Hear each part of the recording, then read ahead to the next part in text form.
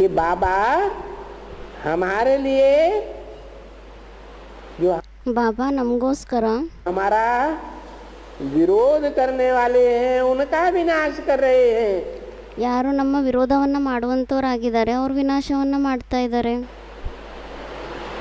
हमारे लिए विनाश कर रहे हैं। ನಮಗೋಸ್ಕರ ವಿನಾಶ ಮಾಡ್ತಾ ಇದ್ದಾರೆ.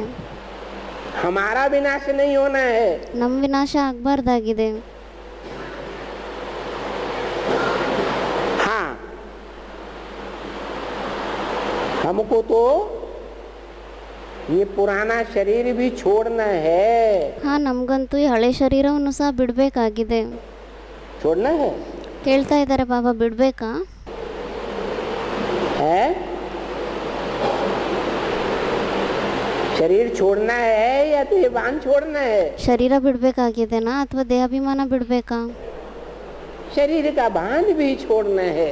ಶರೀರದ ಭಾನನೂ ಸಹ ಬಿಡಬೇಕಾಗಿದೆ. ये तो पुरानी जूती है ना, ಇದಂತೂ ಹಳೆ ಚಪ್ಪಲಿ ಆಗಿದೆ ಅಲ್ವಾ? और हमको इस पुरानी जूती का मोह छोड़ करके ಮತ್ತೆ ನಮಗೆ ಈ ಹಳೆ ಚಪ್ಪಲಿಯ ಮೋಹವನ್ನು ಬಿಟ್ಬಿಟ್ಟು अभी जाना है। ಇವಾಗ ಹೋಗಬೇಕಾಗಿದೆ.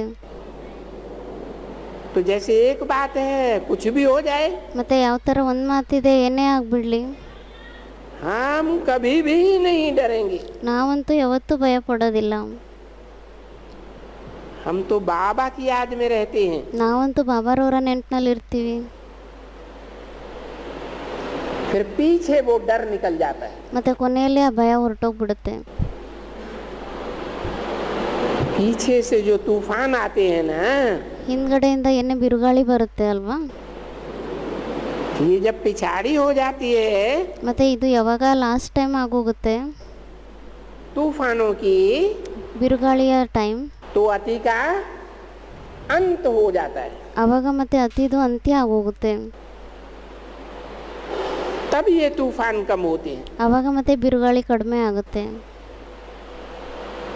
नहीं तो पिछाड़ी तक तूफान बड़े जोर से आएंगे। ಇಲ್ಲಿದ್ರೆ ಕೊನೆವರೆಗೂ ಬಿರುಗಾಳಿಗಳಂತೂ ತುಂಬಾ ಜೋರಾಗಿ ಬರುತ್ತೆ. तुम लोग ऐसे कहीं नहीं समझना। ನೀವಂತೂ ಯಾರು ಈ ಥರ ತಿಳ್ಕೊಬೇಡಿ.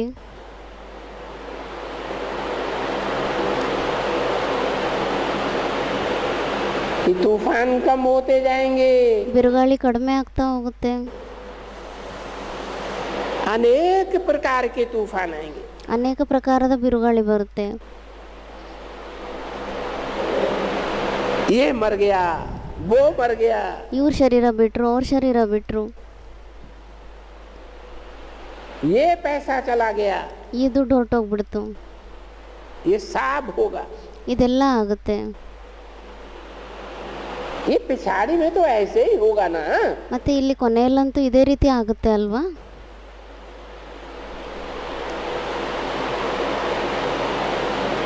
ये पैसा चला गया, ये जल गया, इनका मकान जल गया, ಇವ್ರ ದುಡ್ಡು ಹೊರಟೋಗ್ಬಿಡ್ತು, ಇವ್ರು ಸುಟ್ಟೋಗ್ಬಿಟ್ರು, ಇವ್ರ ಮನೆ ಸುಟ್ಟೋಗ್ಬಿಡ್ತು, अर्थक्वेक में सब खलास हो गया। ಭೂಕಂಪದಲ್ಲಿ ಎಲ್ಲ ನಷ್ಟ ಆಗ್ಬಿಡ್ತು. सो ऐसे तूफान ढेर के ढेर होंगे। ಮತ್ತೆ ಈ ಥರ ಬಿರುಗಾಳಿ ತುಂಬ ಜಾಸ್ತಿ ಆಗ್ತಾ ಹೋಗುತ್ತೆ.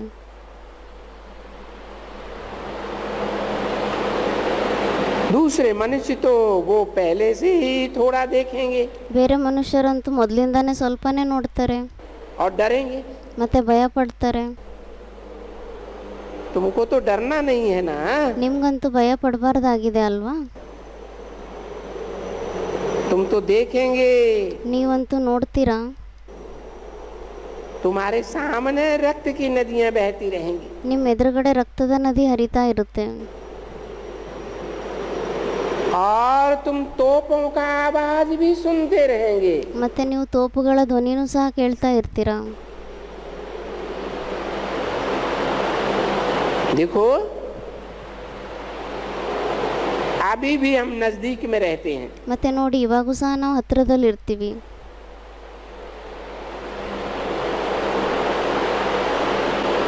मिलिट्री वाले तोपें छोड़ते हैं ना। ಮಿಲಿಟ್ರಿಯಲ್ಲಿ ಯಾರೇ ಇರ್ತಾರೆ ಅವರೆಲ್ಲ ತೋಪುಗಳನ್ನು ಬಿಡ್ತಾರೆ ಅಲ್ವಾ?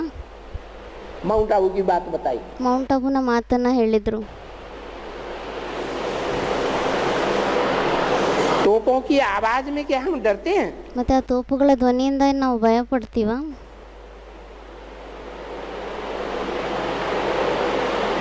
परंतु ऐसे नहीं है कि तुमको कहां से हटना नहीं है। ಆದ್ರೆ ಆ ಥರ ಎಲ್ಲ ನಿಮಗೆ ಅಲ್ಲಿಂದ ಹೋಗಬಾರ್ದಾಗಿದೆ ಅಂತ.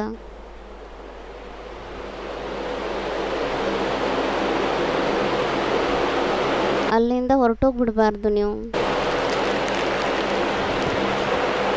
कोई ऐसी आफत आती है तो हटना जरूर होता है। ಹಾ, ಕೆಲವು ಈ ಥರ ಆಪತ್ತುಗಳು ಬರುತ್ತೆ, ಆವಾಗ ಮತ್ತೆ ಖಂಡಿತವಾಗಿ ಅಲ್ಲಿಂದ ದೂರ ಹೋಗ್ಬೇಕಾಗುತ್ತೆ.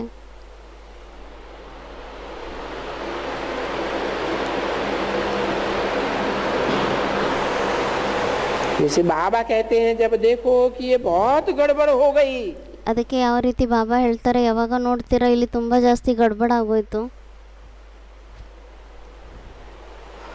और लड़ाई की कुछ तेज रफ्तार हो गई, ಯುದ್ಧದ ಸ್ಪೀಡ್ ಸ್ವಲ್ಪ ಜಾಸ್ತಿ ಆಗೋಗ್ಬಿಡುತ್ತೆ, तो तुम बच्चे चले आना हमारे पास। ಆವಾಗ ಮತ್ತೆ ನೀವು ಮಕ್ಕಳು ನಮ್ಮ ಹತ್ರ ಬಂದ್ಬಿಡಿ.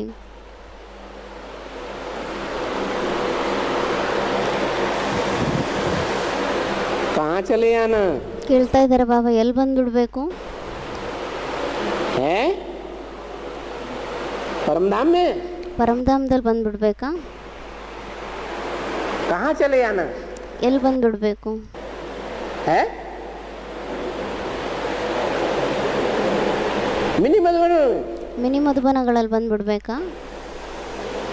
मिनी मधुबन तो ढेर के ढेर है। ಮಿನಿ ಮಧುಬನಗಳಂತೂ ತುಂಬ ಜಾಸ್ತಿ ಇರುತ್ತೆ.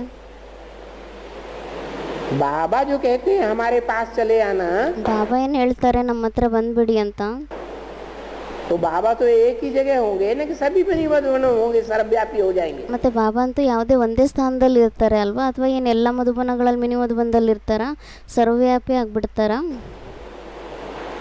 तो कहाँ चले आना ಮತ್ತೆ ಎಲ್ಲಿ ಬಂದ್ಬಿಡ್ಬೇಕು? है? जहाँ के लिए बोला है ಎಲ್ಲಿಗೋಸ್ಕರ ಹೇಳಿದ್ದಾರೆ ಏನಂತ? कि तुम बच्चे बाप के घर परमधाम को इस सृष्टि पर उतार लेंगे। ತಂದೆಯ ಮನೆ ಏನಿದೆ ಪರಮಧಾಮ, ಅದನ್ನು ಸಹ ನೀವು ಈ ಸೃಷ್ಟಿಯಲ್ಲಿ ಇಳಿಸ್ಕೊಂಡ್ ಬಂದ್ಬಿಡ್ತೀರಾ ಅಂತ ಹೇಳಿದ್ದಾರೆ. जहाँ शांति ही शांति लगी पड़ी होगी। ಅಲ್ಲಂತೂ ಶಾಂತಿನೇ ಶಾಂತಿ ಇರುತ್ತೆ.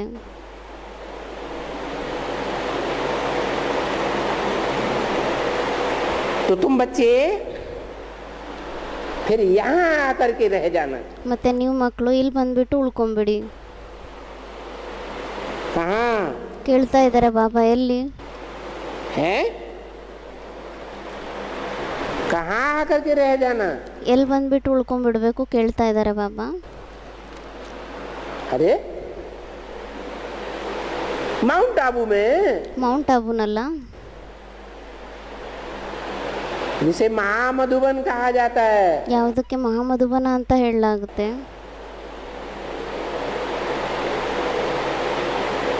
क्योंकि बाप के सामने होंगे तो अच्छा ही है। ಯಾಕೆಂದ್ರೆ ತಂದೆ ಎದುರುಗಡೆ ಇದ್ರೆ ಒಳ್ಳೇದೇ ಆಗಿರುತ್ತೆ.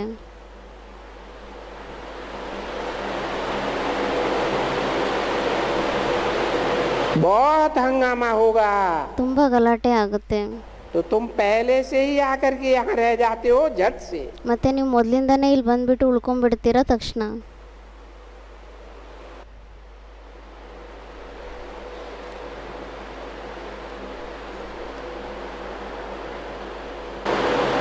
क्योंकि लड़ाई चलती तो है ना बड़ी जोर से। ಯಾಕೆಂದ್ರೆ ಈ ಯುದ್ಧ ಅಂತೂ ತುಂಬಾ ಜೋರಾಗಿ ನಡೆಯುತ್ತೆ ಅಲ್ವಾ?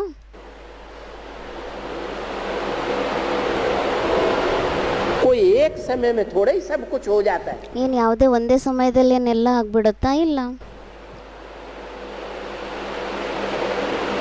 कोई समझते हैं एक चुटकी में विनाश हो जाएगा। ಯಾರಾದ್ರೂ ತಿಳ್ಕೊಂತಾರೆ ಒಂದು ಚುಟಕಿಯಲ್ಲಿ ವಿನಾಶ ಆಗ್ಬಿಡುತ್ತೆ ಅಂತ. अरे इतनी बड़ी दुनिया है, ಅದಕ್ಕೆ ಬಾಬಾ ಹೇಳ್ತಿದ್ದಾರೆ, ಇಷ್ಟು ದೊಡ್ಡ ಪ್ರಪಂಚ ಆಗಿದೆ, एक चुटकी में कैसे हो जाएगा? ಒಂದು ಚುಟಕಿಯಲ್ಲಿ ಯಾವ ತರ ಆಗೋಗ್ಬಿಡುತ್ತೆ ವಿನಾಶ? जैसे सन 76 के लिए समझ लिया, ಯಾವ ತರ 76ನೇ ಇಸ್ವಿಗೋಸ್ಕರ ತಿಳ್ಕೊಂಡ್ಬಿಟ್ರು.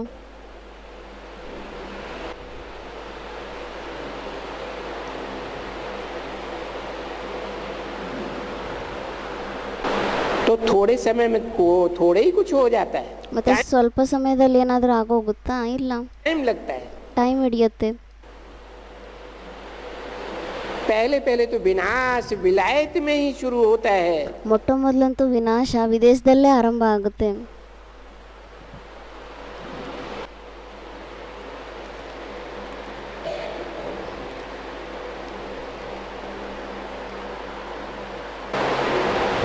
तो फिर यहाँ धक से आ जाता है बिल्कुल, ಮತ್ತೆ ಇಲ್ಲಿ ತಕ್ಷಣ ಬಂದ್ಬಿಡ್ತಾರೆ ಪೂರ್ತಿ.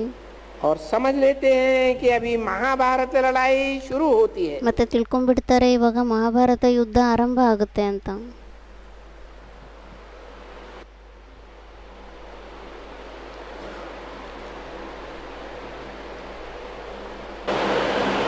और इस महाभारत विनाश में टोटल विनाश, ಮತ್ತೆ ಈ ಮಹಾಭಾರತ ವಿನಾಶದಲ್ಲಿ ಟೋಟಲ್ ವಿನಾಶ ಆಗ್ಬಿಡುತ್ತೆ ಮಹಾಭಾರತ ಯುದ್ಧದಲ್ಲಿ.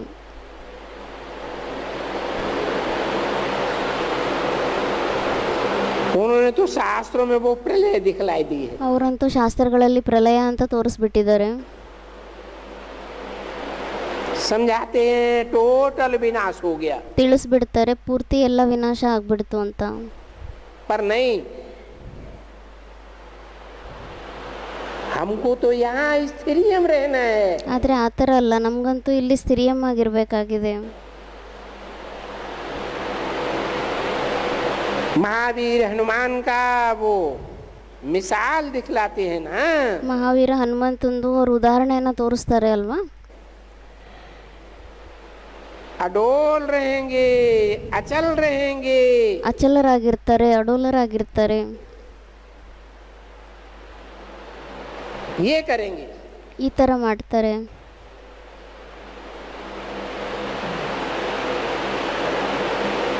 जो मेहनत है ये अडोल रहने की मेहनत है। ಮತ್ತೆ ಇದೇನೇ ಶ್ರಮ ಇದೆ ಅದು ಅಡೋಲರಾಗಿರುವಂಥ ಶ್ರಮ ಆಗಿದೆ. अचलगढ़ तुम्हारा यादगार है, ಅಚಲ್ಗಢ ಏನಿದೆ ಅದು ನಿಮ್ಮ ನೆನಪಾರ್ಥ ಆಗಿದೆ. इस अचल रहने में मेहनत है। ಮತ್ತೆ ಈ ಥರ ಅಚಲರಾಗಿರೋದ್ರಲ್ಲಿ ತುಂಬ ಶ್ರಮ ಪಡಬೇಕಾಗಿದೆ. और तूफान तो आते ही रहेंगे। ಮತ್ತೆ ಬಿರುಗಾಳಿ ಅಂತೂ ಬರ್ತಾನೆ ಇರುತ್ತೆ.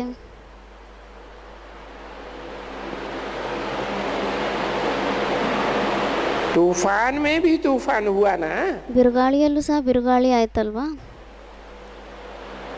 तूफान मौत का, तूफान फलाने का, ಬಿರುಗಾಳಿ ಮೃತ್ಯುದಾಗಿದೆ, ಬಿರುಗಾಳಿ ಇದ್ರದ್ದಾಗಿದೆ, सारे नुकसान का। ಎಲ್ಲ ನಷ್ಟದ್ದೇ ಆಗಿದೆ. ये मरे ये सब मरते रहेंगे। ಇವ್ರು ಸತ್ರು ಅವ್ರು ಸತ್ರು ಅಂದರೆ ಎಲ್ಲರೂ ಸಾಯ್ತಾನೆ ಇರ್ತಾರೆ.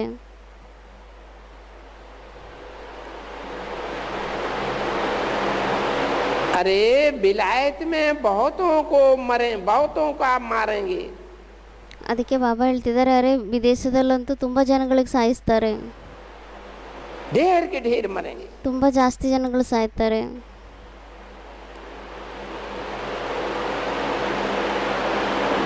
और विलायत वाले भी यहाँ आते तो रहेंगे ना।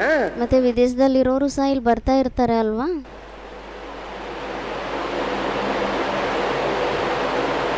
डर तो जाएंगे ना ಹೆದರಿಕೆ ಅಂತೂ ಆಗುತ್ತೆ ಅಲ್ವಾ. कि विलायत में लड़ाई शुरू हुई, फलाना मर गया। ಅಂದರೆ ವಿದೇಶದಲ್ಲಿ ಯುದ್ಧ ಆರಂಭ ಆಯಿತು, ಇವ್ರು ಸತ್ತೋಗ್ಬಿಟ್ರು,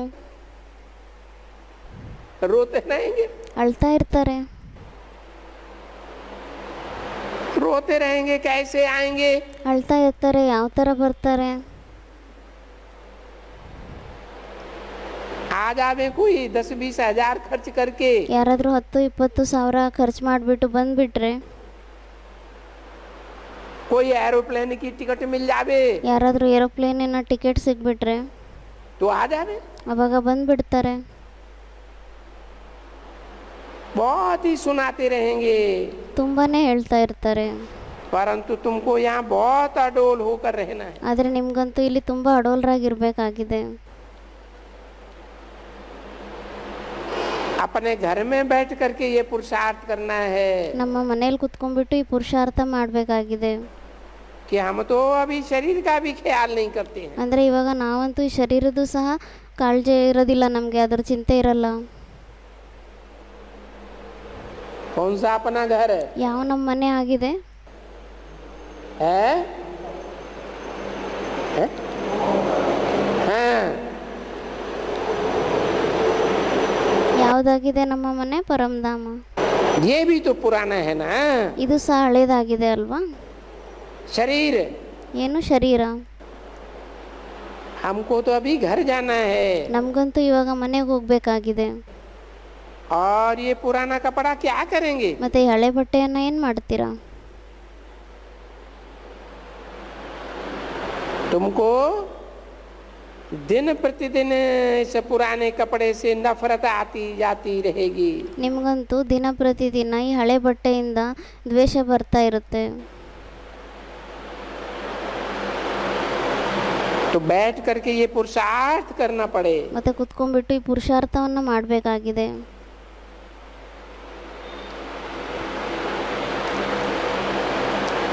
कि अभी हम शिव बाबा के पास जैसे कि जाते हैं. ಅಂದರೆ ಇವಾಗ ನಾವು ಶಿವಭಾವನ ಹತ್ರ ಒಂದು ರೀತಿಯಿಂದ ಹೋಗ್ತಾ ಇದ್ದೀವಿ. क्या कहा ಏನಂತ ಹೇಳಿದ್ರು? हैं? क्या पुरुषार्थ करना पड़े? ಏನು ಪುರುಷಾರ್ಥ ಮಾಡಬೇಕಾಗಿದೆ? शिव बाबा के पास जाने का भी कोई पुरुषार्थ होता है? ಶಿವಭಾವನ ಹತ್ರ ಹೋಗ್ಲಿಕ್ಕೂ ಸಹ ಏನಾದರೂ ಪುರುಷಾರ್ಥ ಮಾಡಬೇಕಾಗುತ್ತಾ? है? शिव बाबा के पास जाएंगे ಶಿವಭಾವನ ಹತ್ರ ಹೋಗ್ತಾರೆ, तो कोई पुरुषार्थ करना होता है क्या? ಮತ್ತೆ ಅದಕ್ಕೋಸ್ಕರ ಏನಾದರೂ ಪುರುಷಾರ್ಥ ಮಾಡಬೇಕಾಗುತ್ತಾ? अरे शिव बाबा का घर है परमधाम. ಅದಕ್ಕೆ ಬಾಬಾ ಹೇಳ್ತಿದ್ದಾರೆ, ಅರೆ ಶಿವಬಾಬಾರವರ ಮನೆ ಅಂತೂ ಆಗಿದೆ ಪರಮಧಾಮ. परमधाम में कुछ लेकर के जाएंगे. ಪರಮಧಾಮದಲ್ಲಿ ಏನಾದರೂ ತಗೊಂಡು ಹೋಗ್ತೀರಾ? शरीर लेकर के जाएंगे. ಶರೀರವನ್ನು ತಗೊಂಡು ಹೋಗ್ತೀರಾ? शरीर के संबंधियों को लेकर जाएंगे. ಶರೀರದ ಸಂಬಂಧಿಗಳನ್ನು ಕರ್ಕೊಂಡು ಹೋಗ್ತೀರಾ? बाल बच्चे साथ में ले जाएंगे. ಮಕ್ಕಳು ಮೊಮ್ಮಕ್ಕಳು ಏನಾದರೂ ಜೊತೆಲಿ ಕರ್ಕೊಂಡು ಹೋಗ್ತೀರಾ? है?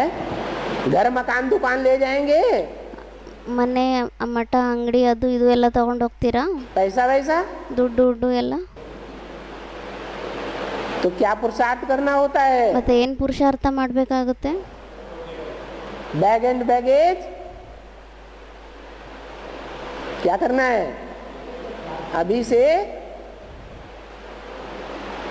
ಅದಕ್ಕೆ ಬಾಬಾ ಕೇಳ್ತಾ ಇದ್ದಾರೆ, ಮತ್ತೆ ಏನು ಮಾಡಬೇಕಾಗಿದೆ? ಬ್ಯಾಗ್ ಮತ್ತು ಬ್ಯಾಗೇಜಸ್ ಏನಿದೆ ಅದನ್ನೆಲ್ಲ ಇವಾಗಿನಿಂದನೇ ತಯಾರು ಮಾಡ್ಕೋಬೇಕಾಗಿದೆ. इकट्ठा करना है. ಎಲ್ಲ ಇವಾಗೆ ಒಂದುಗೂಡಿಸ್ಕೋಬೇಕಾಗಿದೆ. विस्तार न फैला रहे. ವಿಸ್ತಾರದಲ್ಲಿ ಹರಡಿರಬಾರ್ದು.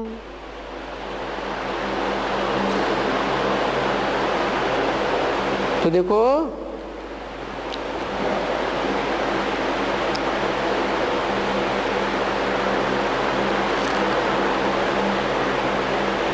ये पुरुषार्थ करना है त्याग करने का. ಮತ್ತೆ ನೋಡಿ, ಪುರುಷಾರ್ಥ ಮಾಡಬೇಕಾಗಿದೆ ತ್ಯಾಗ ಮಾಡಲಿಕ್ಕೋಸ್ಕರ.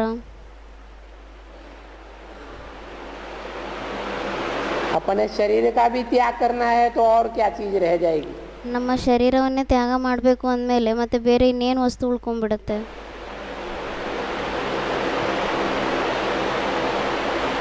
अभी हम शिव बाबा के पास जैसे कि जाते हैं. ಮತ್ತೆ ಇವಾಗ ಒಂದು ರೀತಿಯಲ್ಲಿ ನಾವು ಶಿವಬಾಬಾರವ್ರ ಹತ್ರ ಹೋಗ್ತಾ ಇದ್ದೀವಿ. हम शरीर का भी ख्याल नहीं करते हैं. ನಾವಂತೂ ಶರೀರದ್ದು ಸಹ ಚಿಂತೆ ಮಾಡೋದಿಲ್ಲ.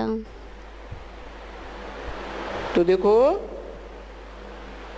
ऐसी जब किसकी किसकी अवस्था आ जाती है. ಮತ್ತೆ ನೋಡಿ, ಈ ಥರ ಅವಸ್ಥೆ ಯಾವಾಗಾದರೂ ಯಾರ್ದಾದ್ರೂ ಆಗೋಗುತ್ತೆ.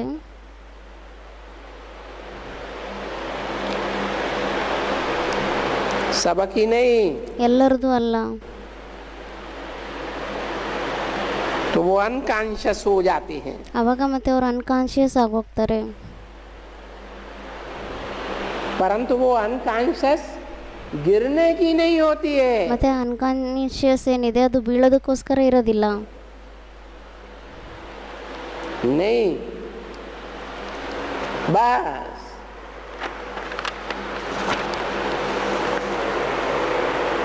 ये एकदम शांत में हो जाते हैं। ಪೂರ್ತಿ ಶಾಂತರಾಗಿ ಹೋಗ್ಬಿಡ್ತಾರೆ.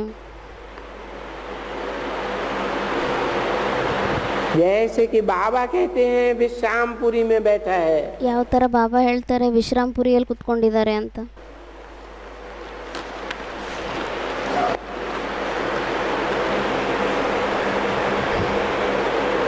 जैसे यहाँ बैठे हो, ಯಾವ ಥರ ಇಲ್ಲಿ ಕುತ್ಕೊಂಡಿದ್ದೀರಾ, तो गिरते थोड़े ही हो। ಮತ್ತೆ ಇಲ್ಲೇನು ಬೀಳ್ತೀರಾ? ಇಲ್ಲ.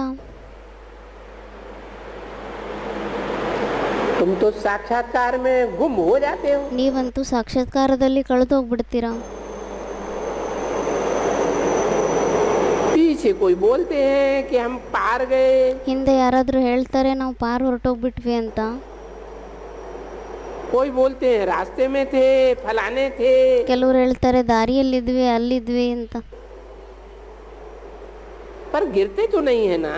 ಆದರೆ ಬೀಳೋದಂತೂ ಬೀಳಲ್ಲ ಅಲ್ವಾ.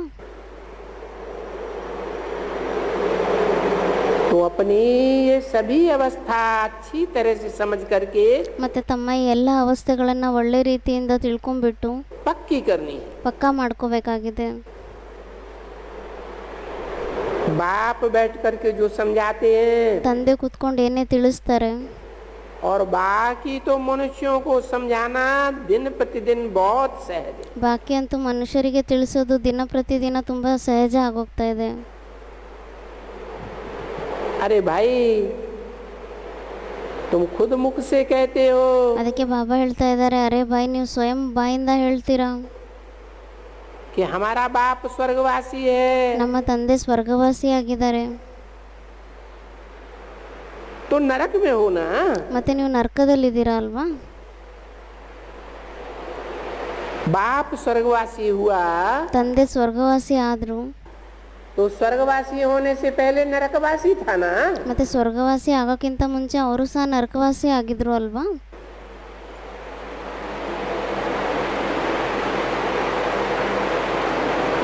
अब ये दुनिया नरक तो भला है ना।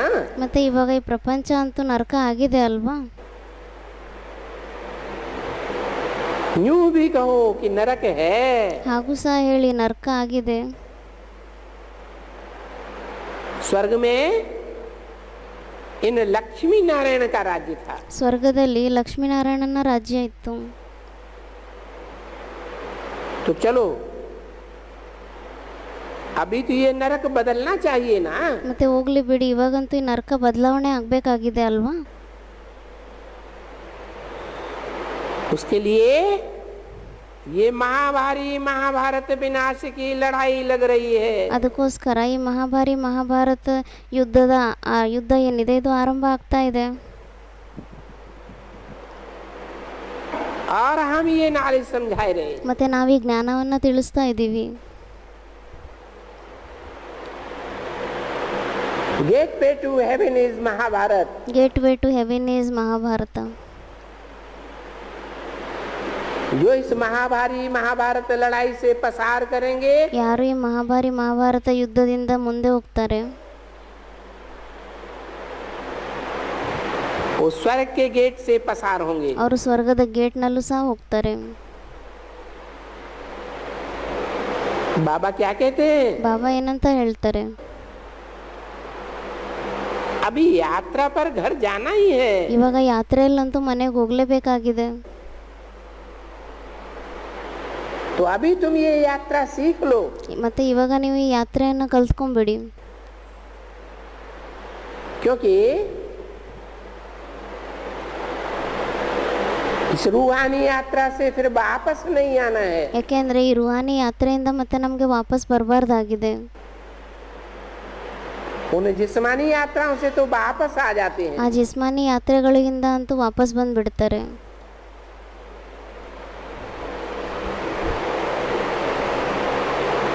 अभी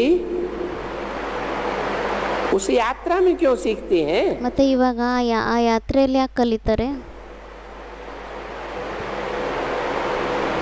क्योंकि उस यात्रा से ऐसा नहीं होता है ಯಾಕೆಂದ್ರೆ ಆ ಯಾತ್ರೆಯಿಂದ ಈ ಥರ ಆಗೋದಿಲ್ಲ. कि बुद्धि का योग लगता है, नहीं। ಬುದ್ಧಿಯ ಯೋಗ ಯಾವಾಗಲೂ ಸೇರಿರುತ್ತೆ, ಆ ಥರ ಅಂತೂ ಇರೋದಿಲ್ಲ. वो तो यात्रा कर कर के फिर वापस आ जाते हैं, पतित बनते हैं। ಅವರಂತೂ ಯಾತ್ರೆಯನ್ನು ಮಾಡಿ ಮಾಡಿ ಮತ್ತೆ ವಾಪಸ್ ಬಂದುಬಿಡ್ತಾರೆ, ಪತಿತರಾಗ್ಬಿಡ್ತಾರೆ. या तो फिर उस पतित दुनिया में वापस आना ही नहीं है, ಇಲ್ಲಂತೂ ಈ ಪತಿತ ಪ್ರಪಂಚದಲ್ಲಿ ಮತ್ತೆ ವಾಪಸ್ ಬರಲೇಬಾರ್ದಾಗಿದೆ. और पवित्र बनना है। ಮತ್ತೆ ಪವಿತ್ರರಾಗಬೇಕಾಗಿದೆ. पवित्र बनने के बगैर तो कोई जाएगा ही नहीं। ಪವಿತ್ರರಾಗಲಿಲ್ಲದೆ ಅಂತೂ ಯಾರೂ ಹೋಗೋದೇ ಇಲ್ಲ. पवित्र नहीं बनेंगे तो फिर सजाएं खाएंगे। ಪವಿತ್ರರಾಗಲಿಲ್ಲ ಅಂದರೆ ಮತ್ತೆ ಶಿಕ್ಷೆಗಳನ್ನು ಅನುಭವಿಸ್ತೀರಾ.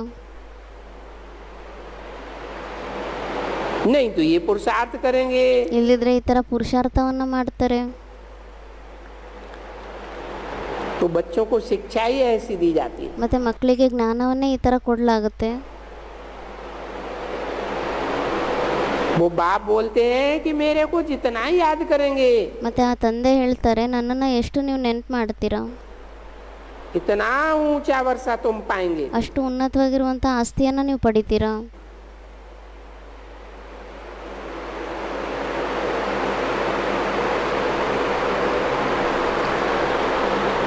क्योंकि ये रेस है।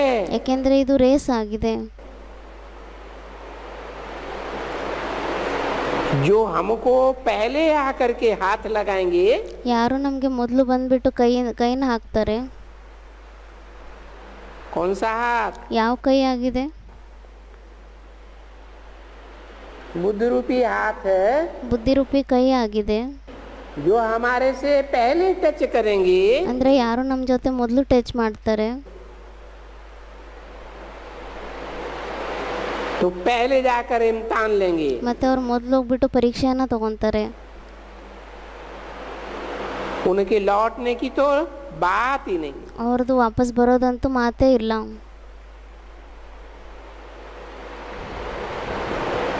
वहाँ तो स्कूल में जाकर के हाथ लगा के फिर यहाँ वापस आए। ಅಲ್ಲಂತೂ ಸ್ಕೂಲ್ನಲ್ಲಿ ಹೋಗ್ತಾರೆ, ಹೋಗ್ಬಿಟ್ಟು ಕೈನ ಹಾಕ್ತಾರೆ, ಮತ್ತೆ ವಾಪಸ್ ಬಂದುಬಿಡ್ತಾರೆ ಮನೆಗೆ. तो वो उसको विन करे। ಆವಾಗ ಅವ್ರನ್ನ ವಿಜಯವಾಗಿ ಮಾಡಿಸ್ತಾರೆ, ಅವ್ರದ್ದು ಗೆಲ್ಲಿಸ್ತಾರೆ. नहीं तो रास्ते में लौटते वक्त भी कोई थक जाते हैं। ಇಲ್ಲದಿದ್ರೆ ದಾರಿಯಲ್ಲಿ ಬರುವಾಗನೇ ಕೆಲವರು ಸುಸ್ತಾಗ್ಬಿಡ್ತಾರೆ. तो यहाँ तो फिर वो लौटने की बात ही नहीं है। ಮತ್ತೆ ಇಲ್ಲಂತೂ ಅಲ್ಲಿ ಈ ಥರ ವಾಪಸ್ ಬರುವಂಥ ಮಾತೇ ಇಲ್ಲ. ये लौटने की रेस नहीं है। ಇದು ವಾಪಸ್ ಬರುವಂಥ ರೇಸ್ ಆಗಿಲ್ಲ. यहाँ तो सिर्फ भागने वाली रेस है। ಇಲ್ಲಂತೂ ಕೇವಲ ಓಡುವಂಥ ರೇಸ್ ಆಗಿದೆ. वो रेस होती है ना, ಆ ರೇಸ್ ಅಂತೂ ಇರುತ್ತೆ ಅಲ್ವಾ. झंडे को हाथ लगा करके लौट आवे। ಬಾವುಟವನ್ನು ಟಚ್ ಮಾಡಿಬಿಟ್ಟು ಮತ್ತೆ ವಾಪಸ್ ಬಂದುಬಿಡ್ತಾರೆ ಆ ರೇಸ್ನಲ್ಲಿ.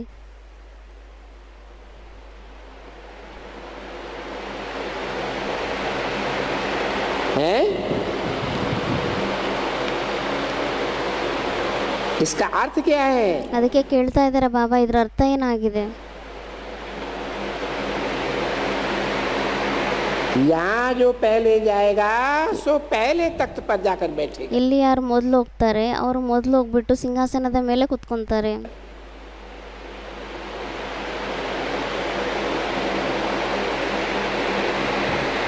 ये लौट करके यहाँ आना नहीं है। ಇಲ್ಲಿ ವಾಪಸ್ ತಿರುಗಿ ಮತ್ತೆ ಬರಬಾರ್ದಾಗಿದೆ. पुरानी दुनिया में ಅಂದ್ರೆ ಈ ಹಳೆ ಪ್ರಪಂಚದಲ್ಲಿ ಮತ್ತೆ ಬರಬಾರ್ದಾಗಿದೆ. क्योंकि वो बाप समझाते हैं, ಯಾಕೆಂದ್ರೆ ಆ ತಂದೆ ತಿಳಿಸ್ತಾರೆ, तुम यहाँ से गए तो गए, ನೀವು ಇಲ್ಲಿಂದ ಹೋದ್ರಿ ಅಂದ್ರೆ ಹೋದ್ರಿ, फिर यहाँ इस पुरानी दुनिया में तुमको आना ही नहीं। ಮತ್ತೆ ಇಲ್ಲಿ ಹಳೆ ಪ್ರಪಂಚದಲ್ಲಿ ನಿಮಗೆ ಬರಲೇಬಾರ್ದಾಗಿದೆ. यहाँ से जो जाए, ಮತ್ತೆ ಯಾರು ಇಲ್ಲಿಂದ ಹೋಗ್ತಾರೆ जा करके पहले हाथ लगाएगा, ಹೋಗ್ಬಿಟ್ಟು ಮೊದಲು ಕೈಯಿಂದ ಟಚ್ ಮಾಡ್ತಾರೆ. सो पहले गद्दी पर जरूर बैठेगा। ಮತ್ತೆ ಅವರು ಮೊದಲು ಸಿಂಹಾಸನದ ಮೇಲೆ ಖಂಡಿತವಾಗಿ ಕುತ್ಕೊಂತಾರೆ. देखो ಮತ್ತೆ ನೋಡಿ कैसी फर्स्ट क्लास रेस है, ಯಾವ और ಥರ ಫಸ್ಟ್ ಕ್ಲಾಸ್ ರೇಸ್ ಆಗಿದೆ, बहुत समझ की रेस है ना। ಮತ್ತೆ ತುಂಬ ತಿಳ್ಕೊಳ್ಳುವಂಥ ರೇಸ್ ಆಗಿದೆ ಅಲ್ವಾ. आत्माएं तो सब कुछ समझती है ना। ಆತ್ಮಗಳಂತೂ ಎಲ್ಲ ತಿಳ್ಕೊತಾರೆ ಅಲ್ವಾ. आत्मा इन आर्गन्स द्वारा, कर्मेंद्रियों द्वारा, ಆತ್ಮ ಈ ಆರ್ಗನ್ಸ್ಗಳ ಮುಖಾಂತರ, ಕರ್ಮೇಂದ್ರಿಯಗಳ ಮುಖಾಂತರ बाबा की वाणी समझती है ಬಾಬನ ವಾಣಿಯನ್ನು ತಿಳ್ಕೊತಾರೆ. और फिर दूसरों को भी समझाती है। ಮತ್ತೆ ಬೇರೆಯವ್ರಿಗೂ ಸಹ ತಿಳಿಸ್ತಾರೆ.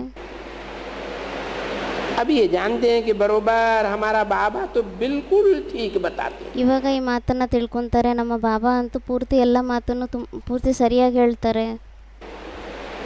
और हूबहू कल्प कल्प हमको ऐसा ज्ञान देते आते। ಮತ್ತೆ ಯಾವ ಥರ ಇತ್ತು ಅದೇ ಥರ ಕಲ್ಪದಲ್ಲೂ ನಮಗೆ ಇದೇ ರೀತಿ ಜ್ಞಾನವನ್ನು ಕೊಡ್ತಾ ಇರ್ತಾರೆ. इस समय में आकर के कहते हैं बच्चे, ಮತ್ತೆ ಈ ಸಮಯದಲ್ಲಿ ಬಂದ್ಬಿಟ್ಟು ಹೇಳ್ತಾರೆ, ಮಕ್ಕಳೇ.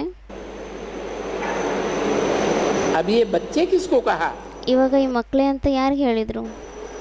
आत्मा को कहा। ಆತ್ಮನಿಗೆ ಹೇಳಿದ್ರು. जो आत्मिक स्थिति में स्थित होते हैं। ಯಾರು ಆತ್ಮಿಕ ಸ್ಥಿತಿಯಲ್ಲಿ ಸ್ಥಿತರಾಗ್ತಾರೆ. तो ये बात कोई गीता में तो नहीं लिखी है। ಮತ್ತೆ ಈ ಮಾತನ್ನಂತೂ ಯಾವುದೇ ಗೀತೆಯಲ್ಲಂತೂ ಬರೆದಿಲ್ಲ.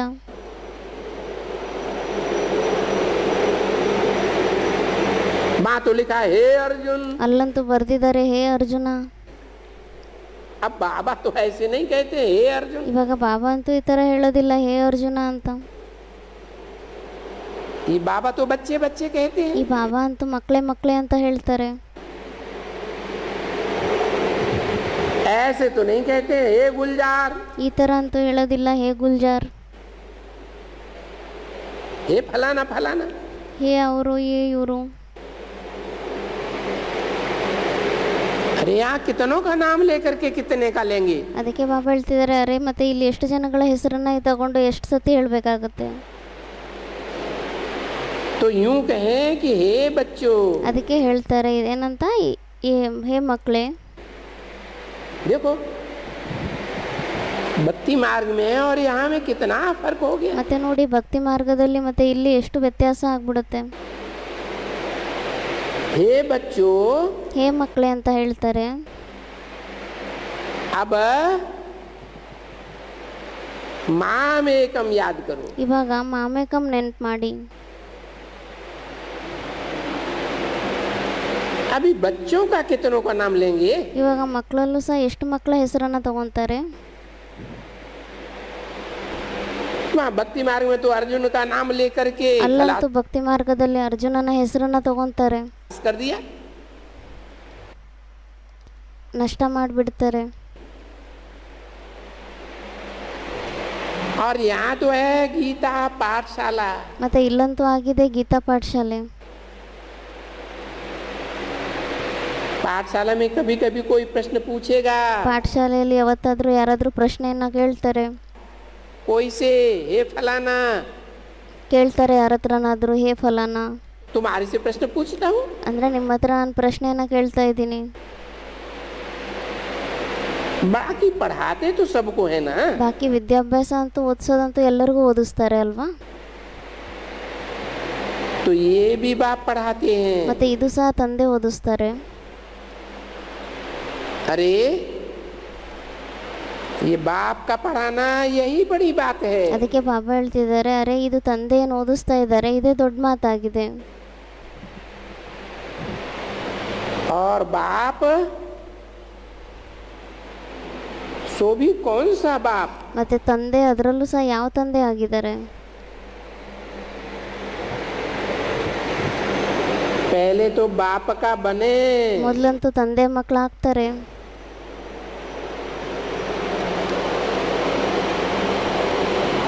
तुम्हारे द्वारा पहचाने। ನಿಮ್ಮ ಮುಖಾಂತರ ಗುರುತಿಸ್ಕೋಬೇಕು कि अभी हम उनके बने हैं। किनके? ಅಂದ್ರೆ ಇವಾಗ ನಾವು ಅವ್ರ ಮಕ್ಕಳಾಗಿದ್ದೀವಿ ಅಂತ. ಯಾರ ಮಕ್ಕಳು? है शिव बाबा के बने हैं। ಅಂದ್ರೆ ನಾವು ಇವಾಗ ಶಿವಬಾಬನ ಮಕ್ಕಳಾಗಿದ್ದೀವಿ. क्योंकि शिव बाबा जो आत्मा है, सुप्रीम सोल, ಯಾಕೆಂದ್ರೆ ಶಿವಬಾಬಾ ಯಾವ ಆತ್ಮ ಆಗಿದ್ದಾರೆ, ಸುಪ್ರೀಂ ಸೋಲ್, उसको अपना शरीर तो है नहीं। ಅವರಿಗೆ ತಮ್ಮ ಶರೀರ ಅಂತೂ ಇಲ್ವೇ ಇಲ್ಲ. तो जरूर कोई के शरीर में प्रवेश करके अपना बनाता है ना। ಮತ್ತು ಖಂಡಿತವಾಗಿ ಅವರು ಯಾವುದೇ ಶರೀರದಲ್ಲಿ ಪ್ರವೇಶ ಮಾಡಿಬಿಟ್ಟು ತಮ್ಮವರನ್ನಾಗಿ ಮಾಡ್ಕೊತಾರೆ ಅಲ್ವಾ. उस बेहद के आत्माओं के बाप ने हमको अपना बनाया, ಆ ಬೇಹದ್ದಿನ ತಂದೆ ಬಂದ್ಬಿಟ್ಟು ನಮಗೆ ತಮ್ಮವರನ್ನಾಗಿ ಮಾಡ್ಕೊಂಡಿದ್ದಾರೆ, अडॉप्ट किया है। ಅಡಾಪ್ಟ್ ಮಾಡ್ಕೊಂಡಿದ್ದಾರೆ. अभी हमको बैठ करके अपने रचयिता रचना की सारी नालेज सुनाते हैं। ಇವಾಗ ನಮಗೆ ಕೂರಿಸ್ಬಿಟ್ಟು ರಚಯಿತ ಮತ್ತು ರಚನೆಯ ಎಲ್ಲ ಜ್ಞಾನವನ್ನು ಕೊಡ್ತಾರೆ.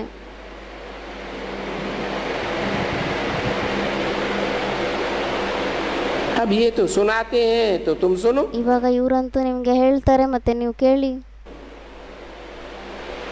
हम जो कहते हैं कि बाप हमको जो रचयिता है, ನಾವೇನು ಹೇಳ್ತೀವಿ, ತಂದೆ ಯಾರು ರಚಯಿತ ಆಗಿದ್ದಾರೆ, वो रचना सतयुग से लेकर के कलयुग के अंत तक, ಅವರು ರಚಯಿತ ಸತ್ಯುಗದ ಆದಿಯಿಂದ ಕಲಿಯುಗದ ಅಂತ್ಯದವರೆಗೂ, फिर कलयुग से सतयुग की आदि ये कैसे ಮತ್ತೆ ಕಲಿಯುಗದಿಂದ ಸತ್ಯುಗದ ಆದಿವರೆಗೂ होती है, कैसे चक्कर फिरता है, ಮತ್ತೆ ಇದು ಯಾವ ಥರ ಆಗುತ್ತೆ, ಯಾವ ಥರ ಚಕ್ರ ತಿರುಗುತ್ತೆ, सो बैठ करके अभी समझाते हैं। ಅದನ್ನು ಕುತ್ಕೊಂಡ್ಬಿಟ್ಟು ಇವಾಗ ತಿಳಿಸ್ತಾರೆ.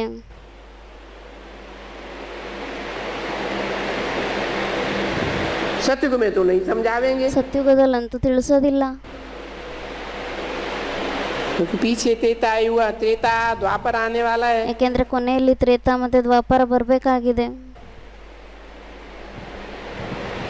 जरूर इस समय में आवेंगे, ಖಂಡಿತವಾಗಿ ಈ ಸಮಯದಲ್ಲಿ ಬರ್ತಾರೆ, जबकि संगम पूरा हो, ಯಾವಾಗ ಸಂಗಮ ಪೂರ ಆಗುತ್ತೆ, चारों युगों का कल्प पूरा हो, 4 ಯುಗಗಳ ಕಲ್ಪ ಪೂರ್ತಿ ಆಗಬೇಕು. तो ये कल्प जब पूरा होता है तो पास्ट हो गई, ಮತ್ತೆ ಯಾವಾಗ ಈ ಕಲ್ಪ ಪೂರ್ತಿ ಆಗುತ್ತೆ ಆವಾಗ ಮತ್ತೆ ಪಾಸ್ಟ್ ಆಗೋಗುತ್ತೆ. उनका सभी समाचार हमको सुनाते हैं। ಅವರ ಎಲ್ಲ ಸಮಾಚಾರ ನಮಗೆ ಹೇಳ್ತಾರೆ, सारी हिस्ट्री समझाई जाती है ना। ಎಲ್ಲ ಹಿಸ್ಟ್ರಿಯನ್ನು ತಿಳಿಸಲಾಗುತ್ತೆ ಅಲ್ವಾ.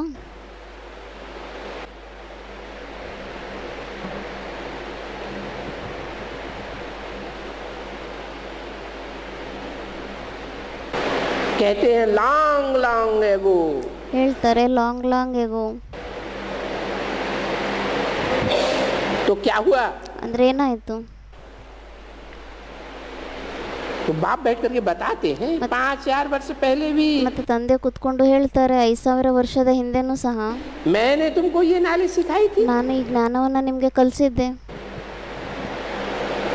फिर क्या हुआ था, ಮತ್ತೆ ಏನಾಗಿತ್ತು,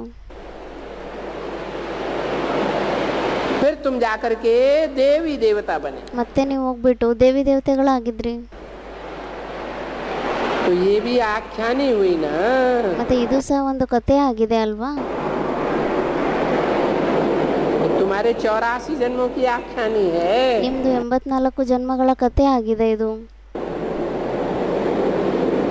अच्छा, ओम शांति। ಓಂ ಶಾಂತಿ.